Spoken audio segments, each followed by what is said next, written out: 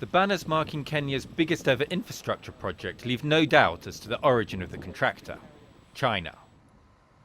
Anyone looking closer will also see that while Chinese engineers fill many of the supervisory roles, there are also labourers from the Asian giant working alongside their local counterparts to add to the track laid by the British more than a century ago. But while the slogans might come straight out of China's Cultural Revolution, the railway has the full backing of current Premier Li Keqiang, in addition to Kenyan President Uhuru Kenyatta. China's competitors like Japan have little choice but to take note. In 2 years' time, this will be a triple-track stretch of railway in one of China's most ambitious investment projects in Africa.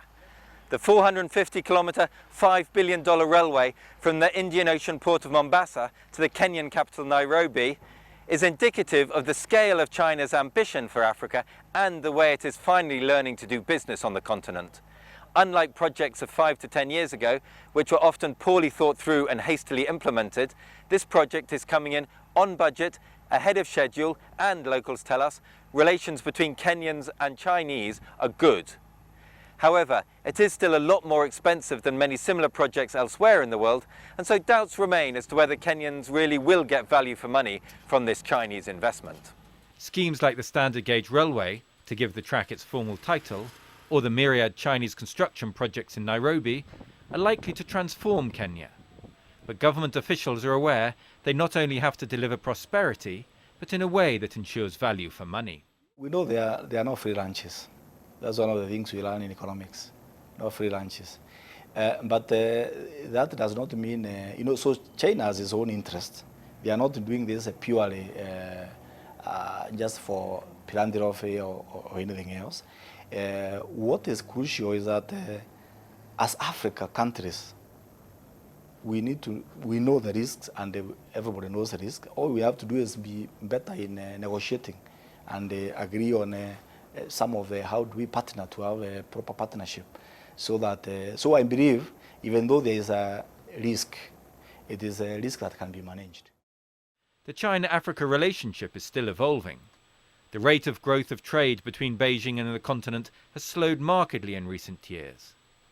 But despite this deceleration, bilateral trade in 2014 totaled $200 billion, more than 7 times that of Japan. The speed with which Chinese companies make their investment decisions, often helped by access to favourable rates of financing from state-owned institutions, is proving crucial. This is one of the key things that has happened for the world. That the entry of China in the capacity it has come in has made other countries to wake up and start, asking, how can we make decisions faster? How can we find structures, financing structuring that is more suitable to developing countries and other countries that are challenged? So, like anywhere else, competition is important because it makes people to go and become more innovative, to think of better solutions. No one is learning from this more quickly than Japan. Kenyans for years said only half-jokingly that in contrast to their Chinese counterparts, Japanese companies would do a feasibility study of a feasibility study before deciding whether to invest. Japan has been a trusted partner of Kenya and many other African countries for decades, both with regard to aid and trade and investment.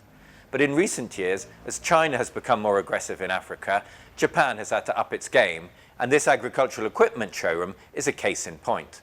Toyota opened it 18 months ago in response to demand from the local market, but also because of more aggressive investment from China. Japanese companies' current projects in Kenya include extending the country's main port in Mombasa and building a major fertilizer factory. And while it is impossible not to compare the more pushy Chinese attitude to Africa with that espoused by nations such as Japan, analysts say such exercises are a little superficial, particularly in Japan's case, and miss a bigger picture. It's a different style of engagement. It's more targeted.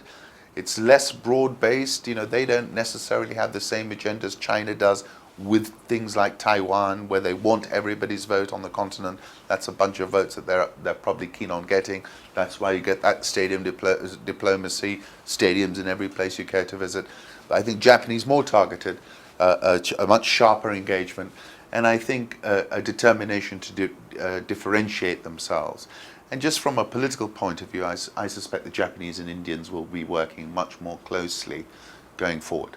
What this will mean in terms of investment in Kenya and elsewhere in Africa over the next 5 years remains to be seen. Chinese workers will probably be a common sight on African building projects for the foreseeable future, even though there is growing evidence that not all promised Chinese investment materializes.